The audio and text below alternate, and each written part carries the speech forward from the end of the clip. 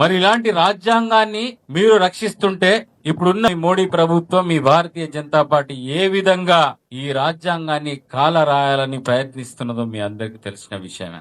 ఉదాహరణకు I belong to Nizamabad district. How BJP is, I'm talking about how they are projecting. Because in one school, Hindu owns that private school. అక్కడ English నేర్పిస్తారు, తెలుగు నేర్పిస్తారు, అక్కడ ముస్లిం teacher Urdu నేర్పిస్తున్నారు. And maths, science, what ever in social. And these people are going that school and create a ruckus in front of the school that they are teaching Urdu, which is unconstitutional. Is it unconstitutional?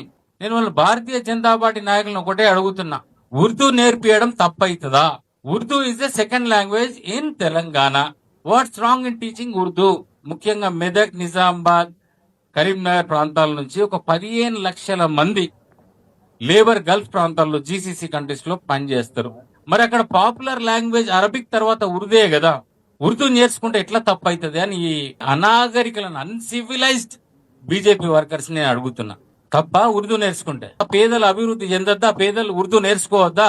ఆ ఉర్దూ నేర్చుకోవడం వల్ల Gulf కి వెళ్తే అక్కడ ఉర్దూలనే జరుగుతాయి. Communication ఎక్కువ industries లో పనిచేస్తుంటారు, gas refineries లో పనిచేస్తుంటారు, వాళ్ళు అక్కడ లేబర్ గా పనిచేస్తుంటారు. కాబట్టి అక్కడ ఎక్కువ ఉర్దూయే మాట్లాడతారు. ఆ ఉర్దూ నేర్చుకోవద్దని చెప్పి దుర్మార్గులు ఉర్దూ నేర్చుకుంటేనట ముస్లింలు అవుతారట. ముస్లింలుగా మారుతారా ఉర్దూ నేర్చుకో? తప్పు కాదా? మరి అదే విధంగా మనమే ఇవాళ తెలంగాణ ప్రభుత్వం, ఇవాళ మన ముఖ్యమంత్రి జర్మనీ పోయి, జపాన్ పోయి, అటు పోయి ఇటు పోయి ఇక్కడ అన్ఎంప్లాయిడ్ యూత్ కి ఎంప్లాయ్మెంట్ క్రియేట్ చేయాలని చెప్పేసి అక్కడి నుంచి ఉద్యోగ అవకాశాలు ఉంటే మాకు ఆ ఉద్యోగాలు పంపియండి, మేము ఇక్కడ నుంచి పంపిస్తామని చెప్తున్నారు. మరి జర్మనీ వాడు ఏమడుగుతుండు, నీకు జర్మన్ లాంగ్వేజ్ వస్తేనే తీసుకుంటా అంటుండు. మరి మనం జర్మన్ నేర్పిస్తున్నాం కదా. అదేవిధంగా జపాన్ పోవాలంటే జపనీస్ లాంగ్వేజ్ కావాలంటుండు, జపనీస్ నేర్పిస్తున్నాం కదా.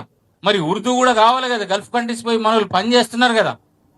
మరి ఇంత దేడ్ దిమాగాలు ఈ బీజేపీ వాళ్ళు ఇంత ఘోరంగా ప్రవర్తిస్తుంటే, రాజ్యాంగానికి రక్షణ కల్పించకుండా, పేదలు అభివృద్ధి చెందకుండా ఇంత ఘోరంగా వాళ్ళు ఇప్పుడు వెస్ట్ బెంగాల్ చేసారు, మిగతా ప్రాంతాలలో చేసిండొచ్చు. వాళ్ళ తెలంగాణలో కూడా ఆ విధంగా మత విద్వేషాలను రెచ్చగొట్టి, హిందువులను ముస్లింల మీదకి రెచ్చగొట్టి లబ్ధి పొందాలనే ప్రయత్నం చేస్తున్నారు. కాబట్టి మీరు లాయర్లుగా మీరు దీన్ని ఆపాలని చెప్పి